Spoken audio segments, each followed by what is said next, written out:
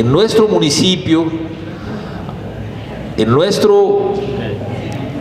empresa, en nuestra institución, en nuestro trabajo, para organizarnos y dar la respuesta que se requiere para la defensa de nuestros derechos. Está claro que no va a venir solo. Sí, claro.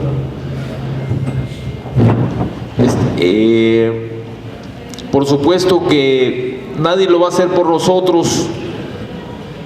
Tenemos que luchar por integrar una organización en este eje, en este tema de jubilación y pensión, porque generalmente las organizaciones a las que pertenecemos están demasiado ocupadas en hacer efectivo lo que refiere el contrato colectivo de trabajo, todo lo que son nuestros derechos y obligaciones pactados. Y entonces los jubilados y los pensionados, aunque tenemos una delegación específicamente para eso, necesitamos hacer algo más que lo que hemos hecho hasta ahora. Es decir, una organización, ya está la sugerencia ahí de hacer una comisión de expertos, de gente que al menos esté interesada en manejar la información, en poder investigar, actualizando la información día a día y saber informar a los demás para tomar acciones concretas sobre nuestra situación que cada día pues adolece más, ¿no? Yo pienso que todos hemos dicho de alguna u otra forma que estamos a la deriva, tenemos lo que nos dan, no lo que nos corresponde. Ya lo decía, los dos conferencistas, estamos dejándole el campo de decisiones al gobierno, y el gobierno no está siendo justo cuando aportamos. Decía el compañero Gustavo Leal Fernández, decía, si tienes 3 millones de aportaciones, el banco te quita el 1%, te quita 30,000 pesos al año, y tienes que luchar para que te den 7,000 pesos mensuales. Esto es la realidad que los expertos ven. Entonces vamos teniendo toda la información ahora con esta última conferencia que nos hace el favor el doctor Ciro Montalvo de hacernos. Específicamente esto se trata en esta conferencia de los problemas que se han derivado de los trabajadores jubilados en el ISSSTESOR. Adelante, ¿no, compañero? Ya estamos. Okay. Bien, gracias.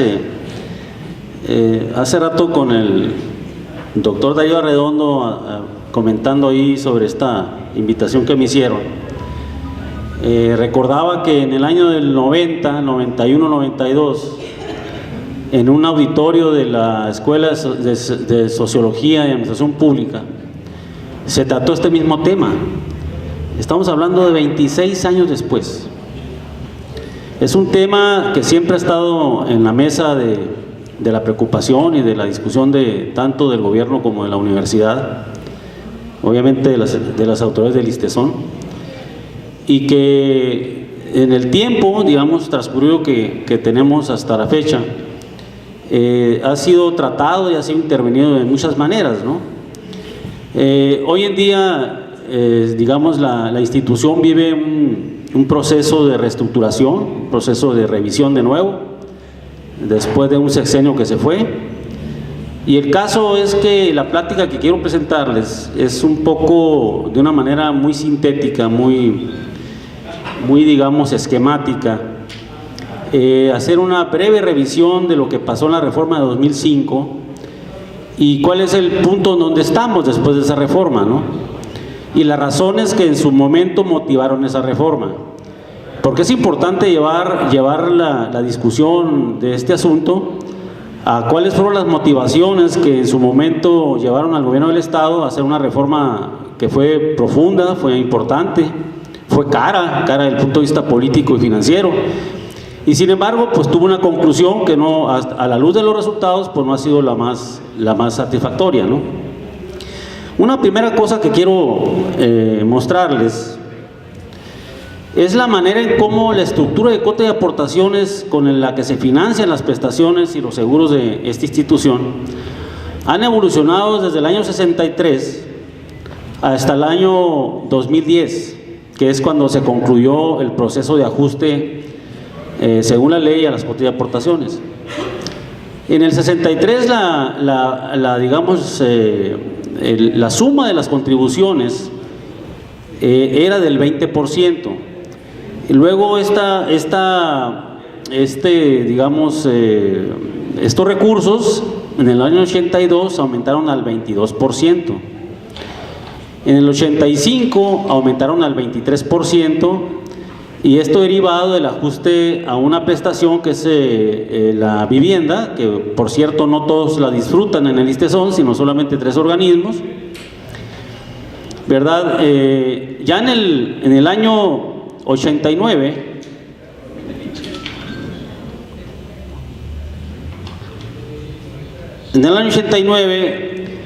se procesó una digamos, decisión que afectó de una manera, digamos, importante al rubro de pensiones y jubilaciones, porque se bajó la contribución del 12% al 8%. Esto para favorecer al ramo médico, ¿no? Un poco quitarle a un ramo de gasto, que es pensión y jubilación, para destinarlo al ramo médico. Esa fue la motivación del ajuste del año 89. Esta contribución del 8% a pensiones y jubilaciones se sostuvo prácticamente hasta el año 2005, que es cuando se inició la reforma que impulsó el gobierno de Eduardo Burs, en donde de un techo del 30% de contribuciones se pasó a uno del 53%, que es el que ahora prevalece.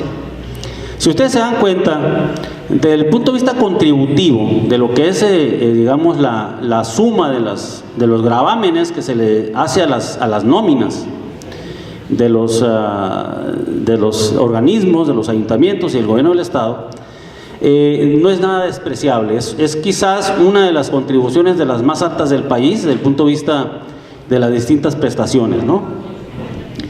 De tal manera que pareciera ser que el asunto del esfuerzo que se hizo en la reforma, desde el punto de vista contributivo, el Estado, los trabajadores, los organismos, pues hicieron un esfuerzo importante.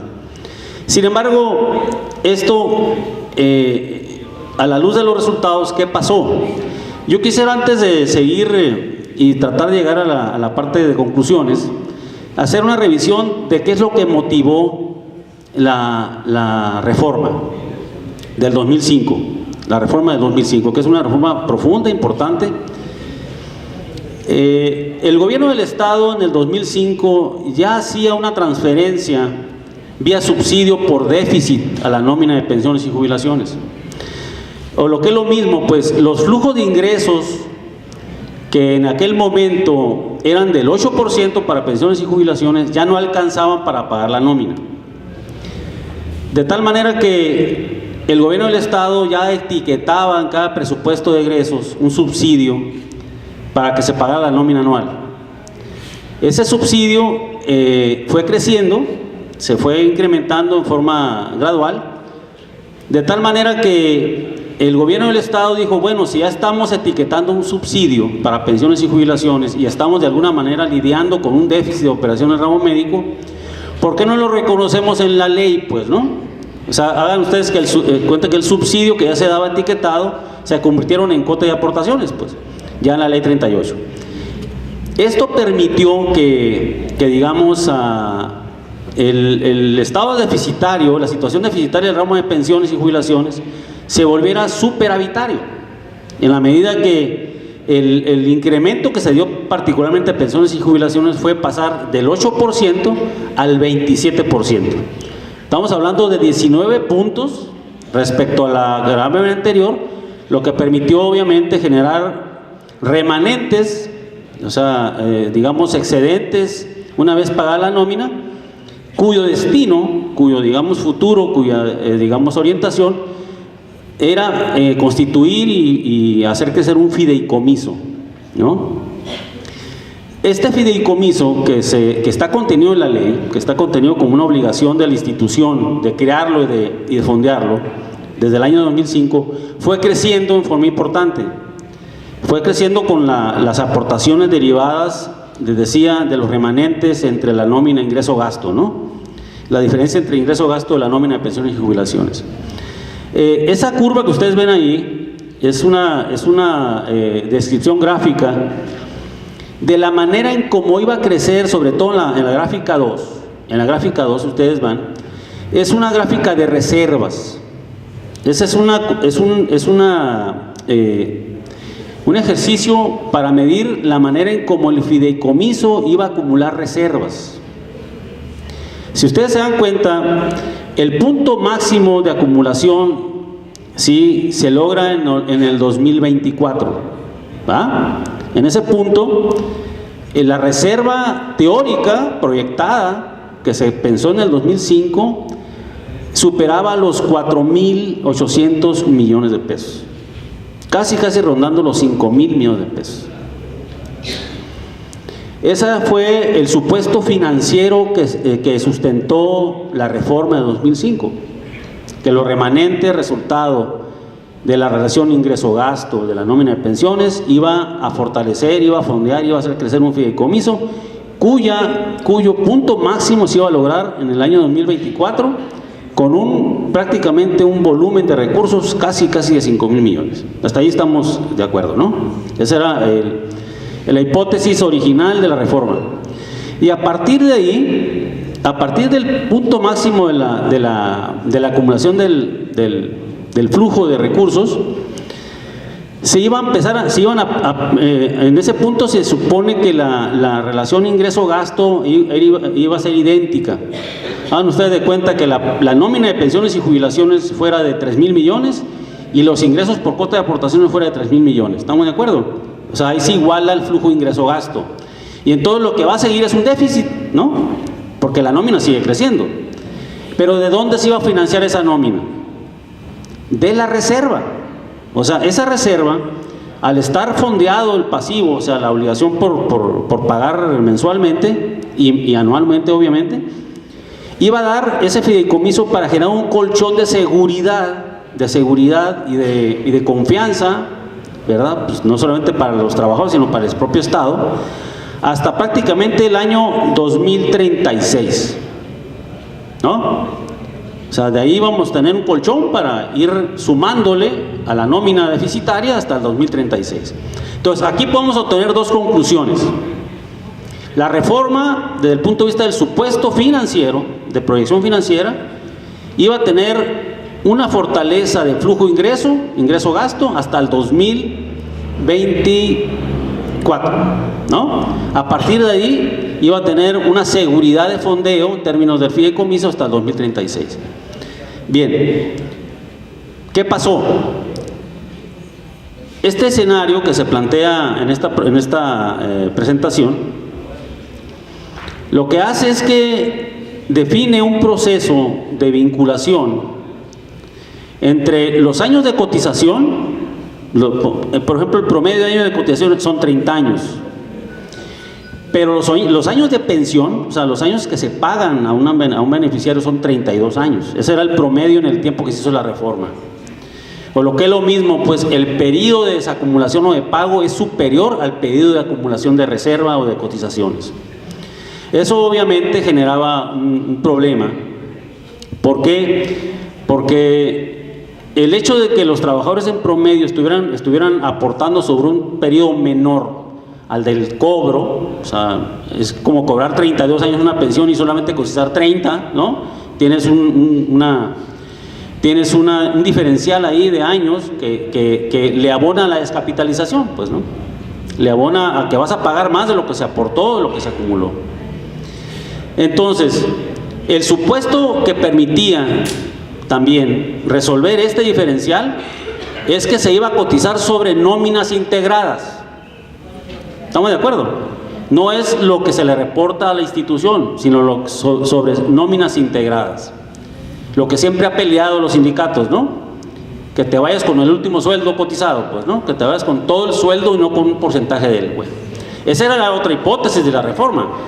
Que los patrones, cuando hablo de patrones hablo de ayuntamientos, organismos como la Universidad de Sonora, el Estado, que es otro patrón, integrarían los sueldos o las nóminas para propósito de cotización de pensión jubilación, ¿no? ¿Qué pasó con este escenario? Se resolvió el déficit de operación en el 2005, tal y como dice ahí, ¿no? Los 360 millones de pesos que era el déficit los absorbió el incremento de cuota de aportación. Sin embargo, ¿qué pasó después del 2009? Quiero ubicar, este es el periodo de ajuste de cuota de aportaciones que se dio del 2005 a 2010, ¿sí? Y durante ese periodo la reserva fue creciendo. Quiero ponerles a ustedes un cuadrito aquí. Ajá. Miren, este es un ejercicio resultado de una evaluación actuarial en donde se expresa en el año 2015 cuánto debiera de haber de saldo en el fideicomiso de pensiones y jubilaciones. Un poco más de 4.185 millones. ¿Sí? Esa fue la hipótesis original del actuario, el que hizo la proyección, y obviamente era lo esperable a esta fecha, ¿no? Al 2015, y después de ahí obviamente hay una serie de saldos del fideicomiso que van decreciendo, pero eso se hace ya en años posteriores. Bien, vean, este es el saldo, el comportamiento del saldo del fideicomiso de la reserva, pues, que se había proyectado, la cual empieza en el 2009, que es el año en que llega este gobierno, perdón, el gobierno anterior, es el año del gobierno anterior, del sexenio pasado, de 2009, y vemos en qué concluye en el 2015. ¿Verdad? Inicia con 278 y el pico más importante lo logra en el 2011 con 599 millones de pesos, pero después hay un quiebre muy importante ahí en donde hay una tendencia a decrecer sistemáticamente hasta llegar en el 2015 a 82 millones de pesos. Prácticamente la poca energía presupuestal o recursos que había acumulado el fideicomiso durante todo el tiempo que se crió, se llevó prácticamente a cero en el año 2015 por la administración pasada. Este último número, los 438 millones de pesos, corresponden al último año de esta administración. O sea, en el 2000, los 3 últimos meses del 2015, llegó en octubre la administración de Claudia Pavlovich, y todo el 2016 hasta ahorita, hasta octubre, el fideicomiso ha acumulado 438 millones de pesos. O sea, vean a qué velocidad se repone el fideicomiso una vez que se le paga lo que se le debe pagar, ¿no? En menos de 10 meses, el fideicomiso acumuló 400 millones de pesos, en menos de 10 meses. ¿Sí? Bien, ¿cuál es la reflexión que se puede obtener de esta afirmación? Porque es un dato duro que está en estados financieros, está en bancos, es un dato que se está manejando como, digamos, información que se le entrega al ISAF, a la Contraloría, a todos los órganos que supervisan y que auditan los recursos del ISTESON. De tal forma que el esfuerzo que se está haciendo ahorita, en este momento, es que se quiere proteger y asegurar el pago de la nómina anual, o sea, que los flujos de ingreso-gasto sean protegidos por el Estado en términos de una aportación, un subsidio, y que además se siga sosteniendo la lógica de acumulación que hasta ahorita se sigue en el fideicomiso, ¿no? Bien, esta es una realidad, digamos, que se está, digamos, viviendo, que es producto de la estrechez y de la serie de circunstancias que se han estado señalando hasta en la prensa, que es resultado de información pública, y lo que tenemos es una realidad muy patente, muy, digamos, identificable, que el saldo requerido o el saldo que se estimaba para fideicomiso no existe, que la administración pasada no le aportó, no lo recrió, no lo acumuló, y que eso generó obviamente una circunstancia de minusvalía financiera que ahorita nos tiene en un proceso de recomposición de ese fideicomiso.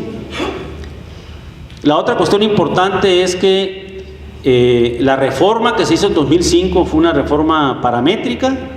Se sostuvo el modelo, digamos, solidario de reparto, a pesar de que hubieron presiones por incorporar un modelo de cuentas individuales. Sin embargo, el modelo que salió de esto es un modelo solidario, el cual está descapitalizado, como ustedes lo pueden ver, está descapitalizado desde el punto de vista financiero, pero tiene una fortaleza, tiene una especie de solidez contributiva. O sea, las contribuciones son altas, son bastante significativas, y entonces, ¿qué es lo que tiene que pasar de aquí en adelante? Porque un poco lo que es parte de la charla es que sigue, ¿no? O sea, ¿qué sigue para poder resolver la certidumbre de muchos que ya están jubilados o pensionados, y los que están por pensionarse también o jubilarse, ¿no? Es que actualmente la discusión es que se vuelva a los supuestos originales de la reforma.